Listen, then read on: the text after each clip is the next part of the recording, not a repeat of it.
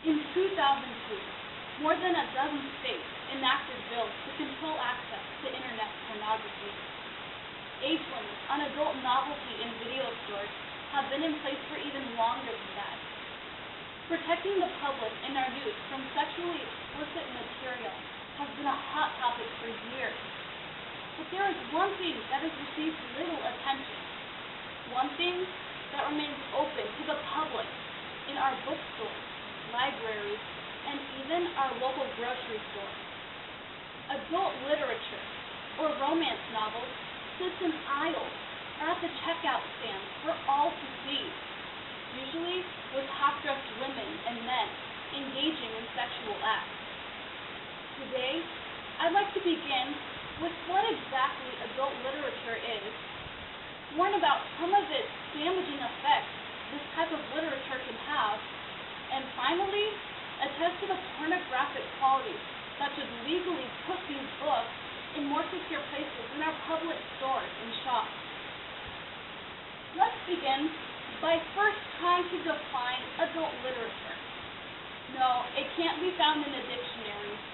Even searching the definition of romance novels resulted in dictionary descriptions of being a bodice ripper and fiction characterized by scenes of unrestrained romantic passion.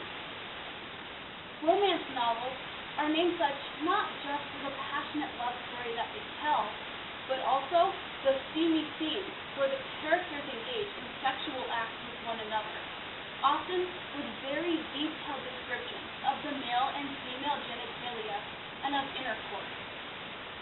Ironically enough, the legal definition of sexually explicit material is when the dominant theme is a depiction or description even of nudity, including sexual activities or organs. And yet, these novels, which fit in this definition of sexually explicit material, are deemed all right to be sold to all ages and in very convenient locations. Just like other sexually explicit material, romance novels too have an ill effect on society. Susan Quillen, a relationship psychologist, published an essay in which she wrote that romantic fiction often has a positive portrayal of unprotected sex, as condoms are viewed as being unromantic. Her survey done on many women who were frequent readers of romance novels showed that only 1 in 10 women mentioned having protected sex, which she believes has a correlation to how women characters sometimes blatantly refuse to use condoms so that there's no barrier between them and their loved ones or their heroes. Romance novels often have been thought to give women unrealistic expectations of what love looks like, their partner, and of their relationship. These novels show little or few complications in life and always end with happy endings. Psychologist Quillen says that this can make women feel bad about themselves because their relationships are not perfect.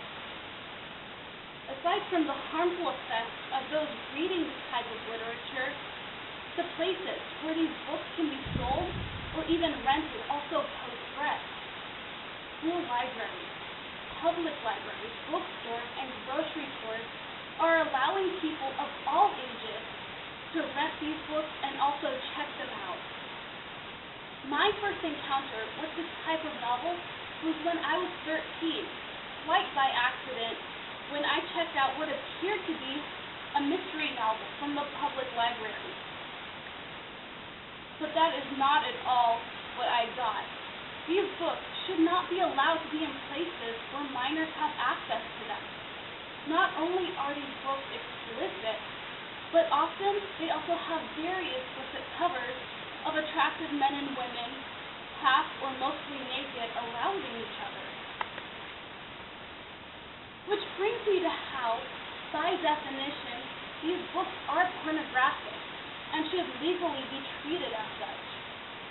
According to the Webster Dictionary, pornography is defined as materials, such as books, or a photograph that depicts a behavior sensual excitement.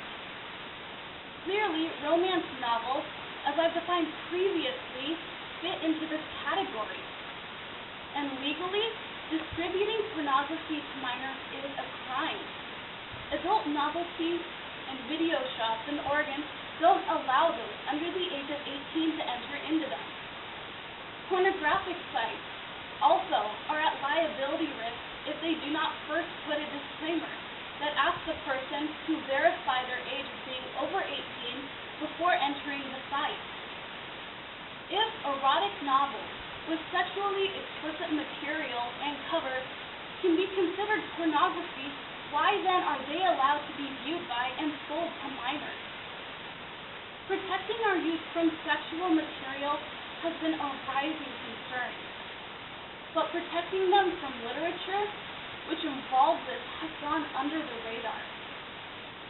Today, I define adult literature, its harmfulness to people in society, and also why it should be treated legally as pornographic material. I hope today that you can walk away with this information and use it to start battling this issue and protecting our loved ones from intentional or accidental exposure to sexually explicit material in our books, our literature, in our bookstores, libraries, and grocery stores. Thank you.